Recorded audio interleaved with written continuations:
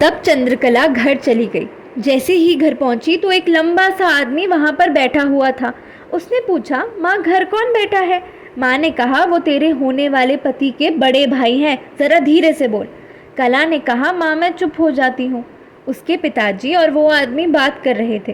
थोड़ी देर बाद पिताजी रसोई में आए और कहने लगे, फौजी को छुट्टी तो नहीं मिली, अब हम इसकी सगाई कर देते हैं। फागुन का महीना है और बैसाख का एक महीना बीच में है, फिर इसकी शादी कर देंगे। माँ बोली, ठीक है। एक महीना कब बीतेगा पता ही नहीं चलेगा। अब तो बैसाख शुरू हो गया, अब शादी की तैयारी होने लगी। आखिर शादी का दिन आ ही गया। फिर शादी हो गई और फौजी उसको अपने साथ अपने घर ले गया। घर में जेठ और जेठानी और उनके 2 बच्चे थे, जिनका नाम सोनू और मोनू था। कला उनको देखकर बड़ी खुश हुई। उसने सोचा, ये मेरे साथ खेलेंगे। अभी तो शादी को 4 दिन हुए थे कि कला का जेठ भैंस खरीद कर ले आया और कहने लगा, अब तो घर पर नई बहू आई है, अब वो जंगल से रोज घास काट कर लेकर आएगी। अब उन्होंने कला को घास लेने जंगल भेज दिया। वहाँ कला रोज घास काट कर लेकर आती और अभी 1 महीना भी नहीं हुआ था कि चंद्रकला का पति ड्यूटी पर चला गया। अब क्या था, कला घास ले आती और उसकी जेठानी उसके लिए खाना तक नहीं रखती और सारे जूठे बर्तन बाहर आंगन में रख देती।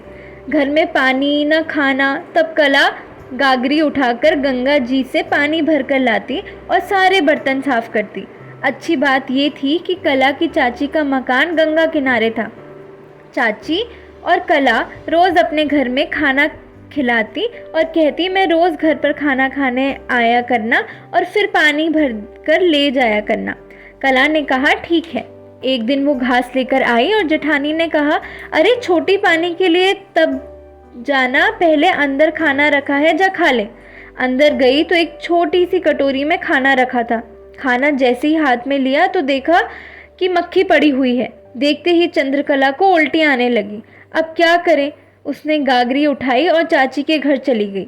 चाची को कला ने सारी बात बताई और चाची को बड़ा गुस्सा आया और जेठानी के घर जाकर कहा, तुम मेरी बेटी के साथ ऐसा क्यों कर रही हो? उसकी क्या गलती है? मुझे भी बताओ, हम उसका इलाज करेंगे। जेठानी ने कहा, चाची कोई भी गलती नहीं है, हमने तो इसे कुछ भी नहीं कहा। अब देवर जी आने वाले हैं, तब बात करेंगे। चाची ने कहा, ठीक है।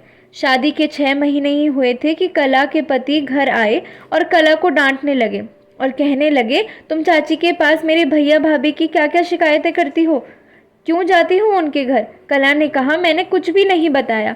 कला को कुछ समझ नहीं आया कि आखिर मैंने ऐसा क्या किया है।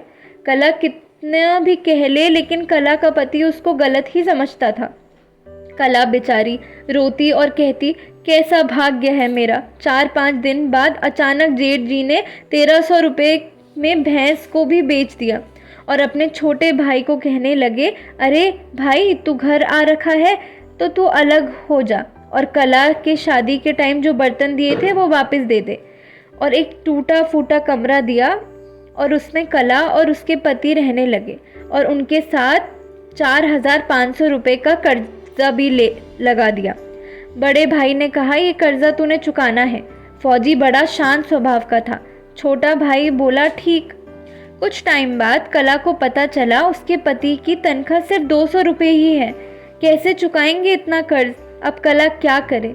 उसको जो शादी में थोड़ा सोना मिला उसको पति को देते हुए कहा, इनको बेच दो और कर्जा चुका दो। लेकिन सोना 1000 का बिका। अगर आपको ये कहानी पसंद आई हो तो पार्ट 3 के लिए चैनल को सब्सक्राइब करिए।